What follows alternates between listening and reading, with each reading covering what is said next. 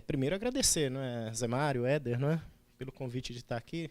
É muito honroso, Zé, eu vou fazer uma fala que ela tem aí duas dimensões, três, aliás. Uma primeira de natureza pessoal, tá? Não dá para, como você disse ao começo da sua, não se emocionar um pouco, Segunda de natureza institucional, ou de relações institucionais, ou seja, nós falamos por duas instituições, tá? E a terceira é um pouco pegar a carona no que você falou, mas olhando mais para dentro da nossa realidade, e problematizando algumas questões a partir, talvez, do meu lugar de fala ou do meu vício de origem, que é a ciência política. Ok? Ponto de vista pessoal, Zé, quando você começou a falar de 15 anos, eu lembrei da pré-história. Nós somos pré-históricos, Nem eu, nem você temos cabelo mais, ou temos alguns poucos cabelos.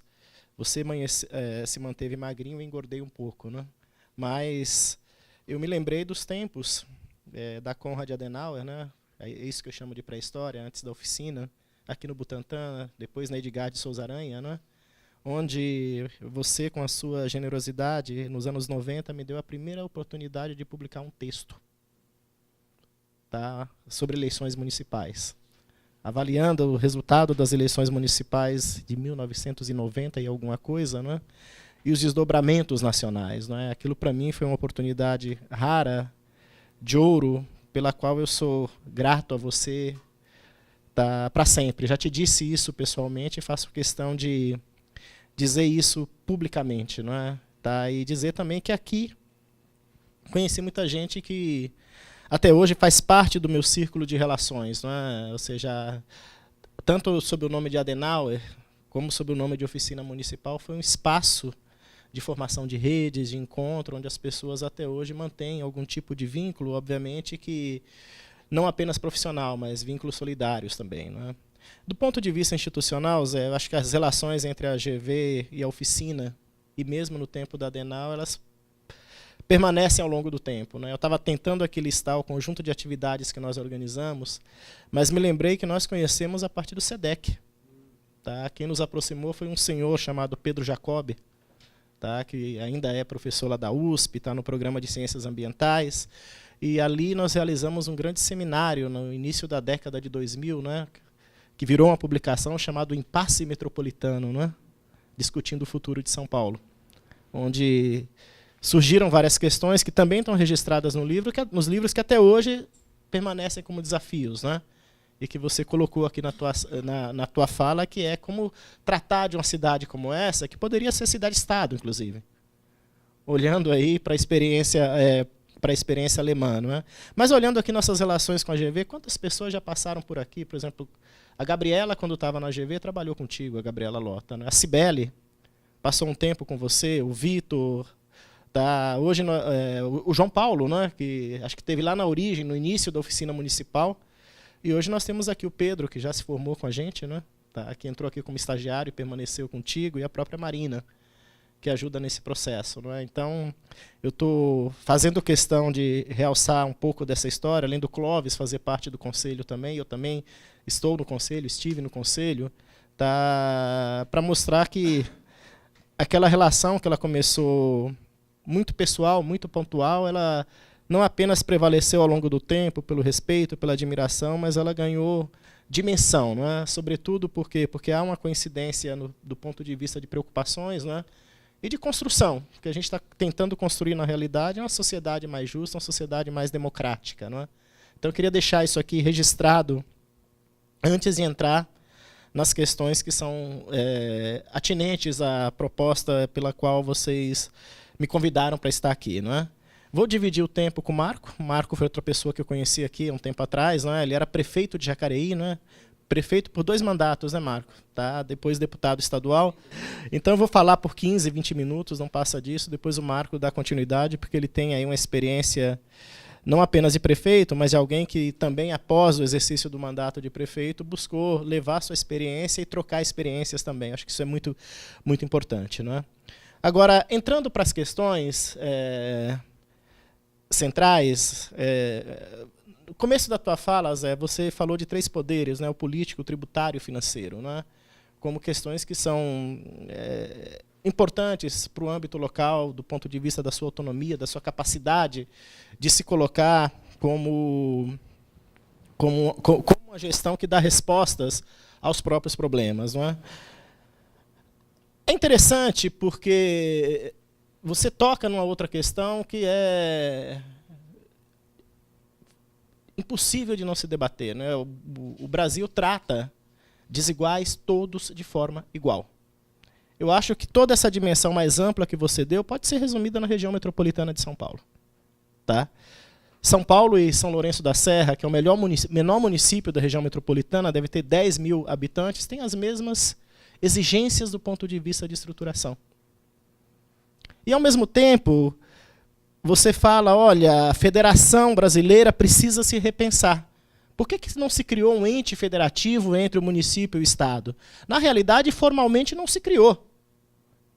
Mas o Brasil tem uma coisa que é muito rica, que é, ou os governos, não todos os governos, ou a sociedade, sempre buscar o quê? Lacunas criativas para poder dar algum tipo de resposta.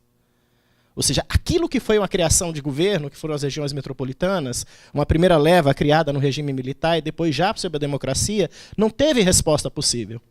E não teve por quê? Porque o modelo é um modelo rigoroso, vertical, institucional. Tá? E nas várias tentativas de se instituir região metropolitana em São Paulo, você chegou no limite em que a repartição de poder mostrou a inviabilidade. Tá? Me lembro muito bem do último debate, acho que o Fernando Montoro acompanhou isso, acho que o Marcos Compagnoni, que liderou quando estava ainda na velha Emplaza, né? Aliás, eu me pergunto, né, o que é Emplaza hoje? Né?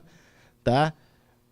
Chegou no limite de discutir repartição de poder, o então prefeito da cidade à época, Celso Pitta, né? Ele falou, olha, como é que São Paulo vai lidar com esse processo?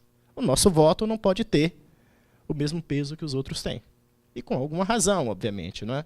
Agora, o que, de certa forma, surgiu como alternativa? E aí você trouxe aqui a resposta a partir de várias experiências, mas a partir do consórcio do Vale do Paraíba, Vale Paraíba, não, do Paranapanema, né? Aqui, Ribeira, do Vale do Ribeira, né? Queira ou não, os consórcios não são experiências federativas, são regradas, mas deram algum tipo de resposta nesse meio.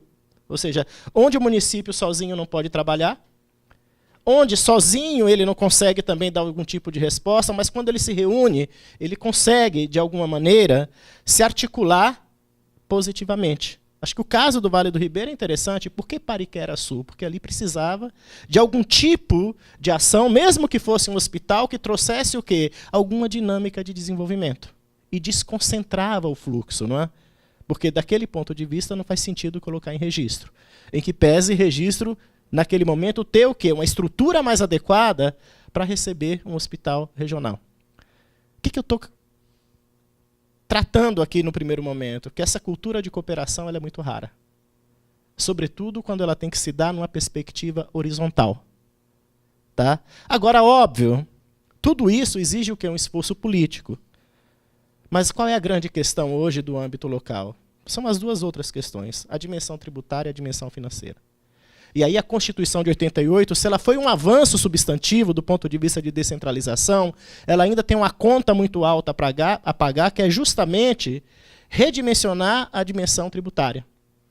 Não por acaso, qual é a principal reforma que não se discute todo ano e que este governo também deixou para depois agora? A reforma tributária. Por quê? Porque esse é um jogo que não tem ganha-ganha. Que, aliás, todo mundo só tem a perder. Por quê? Porque numa situação em que você vai repartir de receita, alguém tem que abrir mão. Ou então você cria mais tributo e onera a sociedade. Não tem caminho a ser feito. Agora, não há como você dar resposta a problemas se você não tem recurso. E aí, nós temos um problema que é capital. Quando você falou, Zé, tem município que não trata da planta, não é? Da atualização da planta de valores há séculos. Esse é um problema da grande cidade também. Olha o fogo cruzado que foi vítima, a Luísa Erundina lá atrás e o Haddad recentemente, quando tentou tocar nesse tipo de questão. Quase foram derrubados. E é uma questão de justiça tributária, antes de mais nada.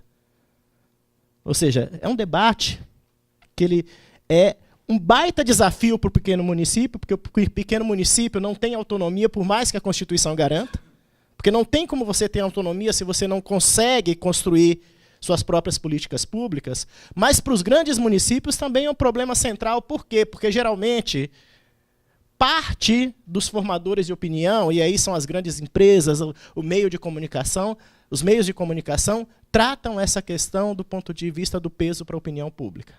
E parte da classe política trata essa questão do ponto de vista do interesse eleitoral.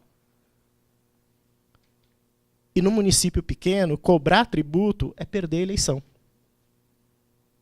Ou seja, como mudar esse tipo de cultura, na medida em que não há como você financiar políticas públicas que não seja por esse tipo de caminho.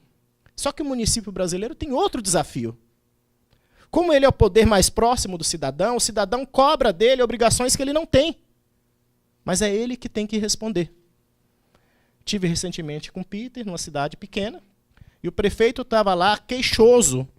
Por quê? Porque teve uma decisão judicial que obrigou ele a comprar um determinado tipo de remédio que quase acabou com todo o orçamento do município.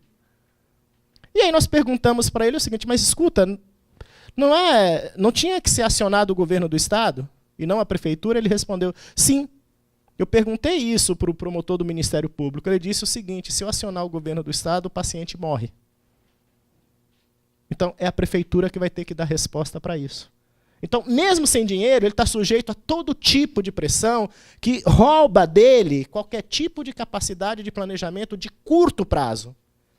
E modifica, obviamente, toda a estratégia que ele sequer tinha tido para planejar adequadamente. Uma outra questão, acho que interessante, Zé, eu estou fazendo isso para chegar lá no final e tentar traçar alguma questão do ponto de vista de esperança, não é? Você falou, e achei bastante interessante, sobre a Constituição de 88, sobre o papel das lideranças, sobre o papel crucial da experiência do governo Montoro, né? Me lembro até hoje, Fernando, como é que é, não temos uma grande obra, né? Mas a soma das pequenas obras formará a grande obra do governo, não é? Mas nós temos uma pré-história nesse momento também. Se nós voltarmos à década de 80, foram as pequenas cidades, como Icapuí, Lages e outras experiências nacionais que desenharam, em plena ditadura militar, as primeiras experiências participativas. De você juntar o quê? Juntar a sociedade para pensar algumas prioridades municipais. Muita gente diz o seguinte, olha, o orçamento participativo nasceu em Porto Alegre. Não, não nasceu em Porto Alegre. Porto Alegre desenhou bem o orçamento participativo. Você tinha o quê? Experiência de administrações participativas. Acho que talvez Lages seja o melhor exemplo, não é? Que foram construindo esse tipo de relação com a sociedade para definir o quê? Para definir prioridade de investimento. Então nós temos, digamos assim, um processo criativo que nasce da sociedade civil, que nasce do ativismo e das organizações, que tem, de certa forma, um peso muito grande e que depois pode ser formatado em ganhos institucionais. Aliás, hoje, quem souber me dizer como anda o orçamento participativo de Porto Alegre, eu não sei, parece que ele definitivamente foi abandonado. Tá? É isso, não é, Alexandre? Tá? Então, temos um baita desafio, por quê? Porque a Federação Brasileira ela é completamente paradoxal às políticas públicas. Nós temos uma Constituição que ela é descentralizadora, mas nós temos uma União que ela é centralizadora do ponto de vista do desenho, do investimento, cabendo aos municípios, na maioria das vezes, o quê? A tarefa de executor dessas políticas públicas. E nesse processo, esse ente intermediário que é o Estado praticamente desapareceu. Grande parte das políticas nacionais dão um pulo do gato. Sai do governo federal e vai para os municípios. E os estados ficam com pouca capacidade ou de mediar esse processo ou de participar desse desenho. E aí, obviamente, que aquele município que tem receita, tem algum tipo de arrecadação, ele vai ter algum grau de autonomia para pensar, tá, como modificar essa política pública no processo de implementação. Os outros não, ficam torcendo para ganhar o recurso simplesmente para dizer para a população, olha, o recurso chegou, nós vamos fazer. e muitas vezes fazer sem respeitar as características locais. Então essa era uma primeira questão que eu queria trazer, tá, do ponto de vista da fala, tá, e trazer aqui uma outra questão também relacionada ao equilíbrio entre os poderes. E olhando muito mais a relação entre o executivo e o legislativo, acho que isso tem me preocupado muito. Por conta da crise política e por conta do imbróglio que nós nos metemos atualmente, né? O Zé lembrou da ilha fiscal. É uma metáfora muito interessante da separação dos poderes em relação ao Estado, né? Ou seja, você tinha ali um oceano que deixava a sociedade de fora desse processo, ou mesmo do Cerrado, né? Ou seja, Brasília virou algo isolado do, digamos assim, do restante do país, né? Apesar que, quando você falou do JK, eu acho que ele pensava muito mais em Diamantina do que em Belo Horizonte, né? Que seria, acho que até mais interessante também, né? Capital no Vale do Jequitinhonha seria legal, né? Agora, veja só, hoje estava ouvindo pela manhã que, de forma inédita, acho que em 20 anos do governo do PSDB, o governador perdeu alguns embates na Assembleia Legislativa. Um sobre a questão da criação de um conselho privado para gerir a Previdência Estadual, e o outro acerca de um refis estadual. Mas não perdeu esse embate por conta de um debate de conteúdo. Perdeu esse embate por quê? Porque ele não está conseguindo cumprir o cronograma de emendas parlamentares. E aí os deputados estaduais deram o troco. E se o cronograma de emendas parlamentares for cumprido, a vida volta ao normal. Ou seja, que tipo de relação entre os poderes é essa, não é? E é uma relação que ela foi sendo construída ao longo do tempo, que assim como você colocou, Zé, que o Fernando Henrique não conseguiu mudar a questão da descentralização, tá? Que o Collor não fez isso, que o Sarney não fez isso, que o Lula não fez isso, que a Dilma não fez isso, que o Temer muito menos vai fazer. Todos os governos não se preocuparam em qualificar esse tipo de relação. Muito pelo contrário, não é? Se na formação da coalizão a maioria tivesse garantida, vamos tocar o barco. O processo pouco importa, não é? E aí tem um problema na literatura de ciência política que há muito tempo vinha dizendo, olha o peso que os líderes de bancada têm. Eles articulam e os parlamentares votam com ele. Durante muito tempo, os cientistas políticos não questionaram o processo. Ou seja, como que essas questões se davam, como que elas eram construídas à esquerda, à direita e ao centro. Eu posso pegar esse exemplo do Alckmin e jogar para o governo federal. O que o governo federal está fazendo agora para sobreviver é um crime contra o país. E não é ele que está fazendo isso, a Dilma fez também ao final do mandato. É um crime contra o país. Eu até brinco com o pessoal, eu também quero o meu refis, gente. Por quê? Porque é concessão de benefícios em troca do quê? Em troca, tá, de garantia, em troca de alguma estabilidade. Mas é concessão do quê? De interesse público, para grupos corporativos, para grupos privados. Você falou a questão aí do agro.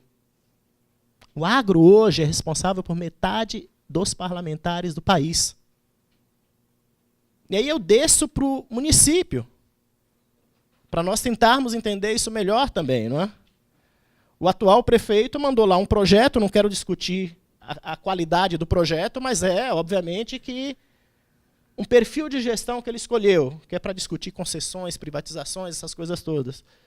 O que as bancadas fizeram? Aprovaram a isenção de multas para templos religiosos. E deixaram esse projeto para depois. Por quê? Porque estão esperando o prefeito sancionar ou não.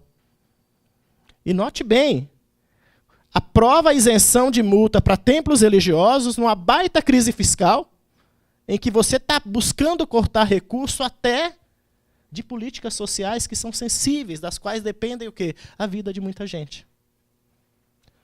Por que eu estou querendo discutir esse imbróglio? Porque, queira ou não, é nessa arena do legislativo que essas mudanças que nós estamos discutindo aqui terá que acontecer. Mas como que ela acontece se nós temos uma relação de qualidade política dessa maneira?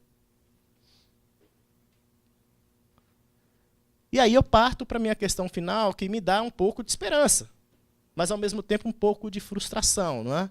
Ou seja, todas as grandes mudanças que aconteceram no país, obviamente que obedeceram esse ritual. Foram dentro do debate legislativo com aprovação legislativa, mas elas só se efetivaram na prática. Por quê? Porque houve uma grande pressão de fora para dentro.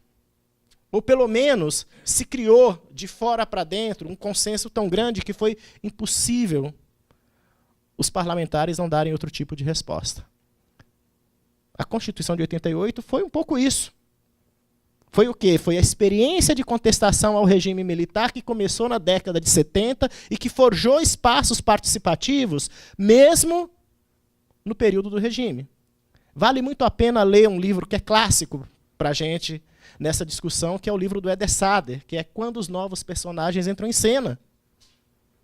Que ele lida exatamente com o quê? Com o surgimento dos movimentos sociais na periferia de São Paulo, na década de 70, sobretudo sanitarista e por creche, não é? Que vai resultar no fortalecimento das comunidades eclesiais de base e que vai ter um peso significativo na formação do PT e nas plenárias constituintes. Ou seja, teve um movimento anterior, teve uma cultura que foi se desenhando. E hoje eu não vejo outro caminho. Se eu pegar as regras que melhoraram ou que sinalizaram positivamente com alguma melhora para a nossa estrutura de competição política, elas também vieram de fora para dentro. A lei da ficha limpa veio da onde? A lei da compra de votos veio da onde? A lei anticorrupção, que foi gestada na CGU, mas que foi discutida no Instituto Etos antes, quando o Oded Grajew já havia fundado o Instituto Etos, só foi possível com a conjuntura de 2013 e de 2015, senão nem o Congresso teria aprovado e nem a presidente teria sancionado. Ou, se nós quisermos, a PEC, a emenda constitucional que colocou fim ao anonimato para cassação de pares ou derrubada de vetos presidenciais. Elas vieram também no quê? Nesse contexto de 2013. Me lembro até hoje do Henrique Eduardo Alves, que hoje está preso, e do Renan Calheiros, que está tentando escapar, mudando sua retórica política, chamando uma rede nacional e dizendo, olha, o Congresso, sensibilizado, trouxe aqui 2 respostas positivas para a sociedade. Vamos tramitar em regime de urgência a lei anticorrupção e vamos tramitar em regime de urgência a PEC que põe fim ao anonimato dos votos. Se não houvesse essa pressão social de fora para dentro, nada teria mudado. E a lei anticorrupção, gente, ela muda completamente a relação da empresa com o mundo político de maneira substantiva, volte ou não volte o financiamento empresarial. O Brasil, até o ano passado, não punia a empresa, punia o gestor, diferente da Alemanha.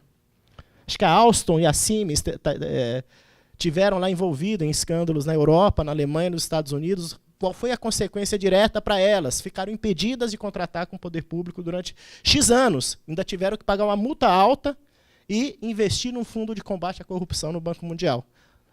Para o Banco Mundial. Nós estamos começando com esse tipo de estratégia agora. Imagina se uma dessas grandes empreiteiras que tem o Estado como principal cliente estivesse sob a lei anticorrupção. Elas não teriam feito isso. Porque seria questão de sobrevivência. O que eu estou tentando aqui resgatar para finalizar a minha fala e passar para a fala do Marco, que é mais interessante do que a minha, não é? Que não tem jeito, a gente tem que retomar o debate público, retomar a construção de proposta e pressionar as arenas decisórias. Está aí, tem experiências de consórcio interessantes.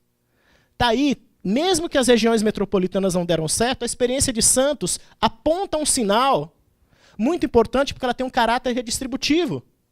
Lá todo mundo contribui para um fundo, o governo do Estado entra com a sua parte, mas quem recebe mais é aquele município que tem mais carência. Por exemplo, Bertioga, proporcionalmente, que é o município mais pobre, dá menos e recebe mais que o próprio município de Santos. Por que a gente não aprende com isso? E por que a gente não começa a discutir uma revisão do Pacto Federativo? Até para uma adequação daquilo que, de certa forma, se coloca hoje como desafio e realidade, não é? Acho que a experiência da Alemanha tem muito a nos inspirar, Zé. Concordo contigo, a gente não está discutindo aqui para seguir o modelo, mas está discutindo para quê? Para nos dar algum tipo de inspiração. Então, encerro por aqui, passo a palavra para o Marco. Eu queria reiterar, Zé, o meu prazer de ter te conhecido e de estar nessa trajetória junto contigo, né? Ora pontualmente, ora muito próximo, mas nunca mais nos desligamos, né? Obrigado.